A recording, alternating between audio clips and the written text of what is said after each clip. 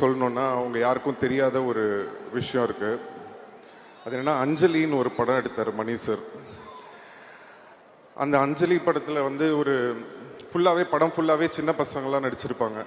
அப்போ வந்து அந்த அஞ்சலி பாப்பாவோட பிரதரா வந்து ஒரு சின்ன பையன், தெலுங்கு ஆக்டர் அவர் வந்து சார் வந்து மணி சார் வந்து காசு பண்ணியிருப்பாரு.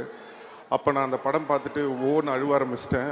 வீட்டில் எங்கள் அப்பா கிட்ட, ஏன் என்னை மணி சார் இந்த படத்துக்கு கூப்பிடல, நானும் இதே வயசு தானே, நான் இங்கே தானே நடிச்சிட்ருக்கேன், ஏன் அவர் என்னை கூப்பிடல அப்படின்னு சொன்னேன். இல்லைப்பா, அது படத்துக்கு ஏற்ற மாதிரி இருந்திருக்கும், மேபி வேறு ஏதாவது ரீசன் இருந்திருக்கும் அப்படின்னு சொல்லி நான் சின்ன பையன்றதுனால என்னை ஆறுதல் படுத்தினாங்க. அப்போ நான் நினச்சேன், சரி இவர் நம்மளை கூப்பிடவே மாட்டார் போல் இருக்கு, இவருக்கும் நம்மளுக்கும் செட்டே ஆகாது அப்படின்னு நினச்சிட்டு இருந்தேன். ஏன்னா நான் வளர்ந்ததுக்கப்புறம் நடித்த படங்கள்லாம் உங்களுக்கு தெரியும், எல்லாம் மசாலா படம் தான் நம்ம பண்ணது பூராவே. ஸோ அப்படி இருக்கிற ஒரு டைமில் வந்து உங்கள் எல்லாருக்குமே தெரியும், என் மேலே இந்த ரெட் கார்டெலாம் போடுற மாதிரி ஒரு சிச்சுவேஷன் வந்தது. அந்த ஒரு டைமில் வந்து நிறைய ப்ரொடியூசர்ஸ் எல்லாருமே பயந்தாங்க, இவரை வச்சு படம் பண்ணணுமா, எதுக்கு, தேவையா, ஏதாவது பிரச்சனை வந்துட போகுது அப்படின்னு. அந்த நேரத்தில் படம் இல்லை, டைரக்டர்ஸ் யாருமே என்கிட்ட வரல. அப்போது ஒரு ஃபோன் கால் வருது மெட்ராஸ் டாக்கீஸ்லேருந்து, இந்த மாதிரி மணி சார் உங்களை மீட் பண்ணணுன்னு சொல்கிறாரு அப்படின்னு.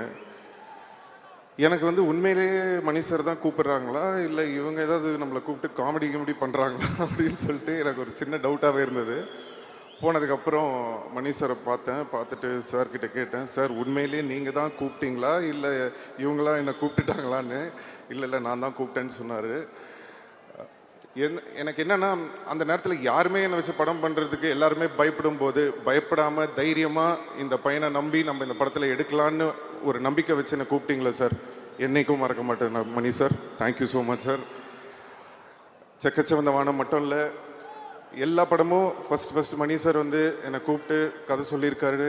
பொன்னியின் செல்வனுக்கும் கூப்பிட்டாரு, ஒரு சில விஷயங்களால் என்னால் பண்ண முடியல. அதுக்கப்புறம் தக் லைஃப்லையும் கூப்பிட்டு ஃபஸ்ட்டு மணி சார் கூப்பிட்டாரு. அப்போவும் என்னால் ஒரு கெட்டப் ப்ராப்ளம் இருந்ததுனால பண்ண முடியாமல் இருந்தது. பட் அகெயின் திரும்பவும் அந்த ஆப்பர்ச்சுனிட்டி வந்தது. அதுவும் சாதாரணமாக வரல, கமல் சாரோட சேர்ந்து இவ்வளோ பெரிய படத்தில் இந்த ஆப்பர்ச்சுனிட்டி வந்தது. ஸோ இறைவனுக்கு நன்றி தெரிவிச்சுக்கிறேன். அண்ட்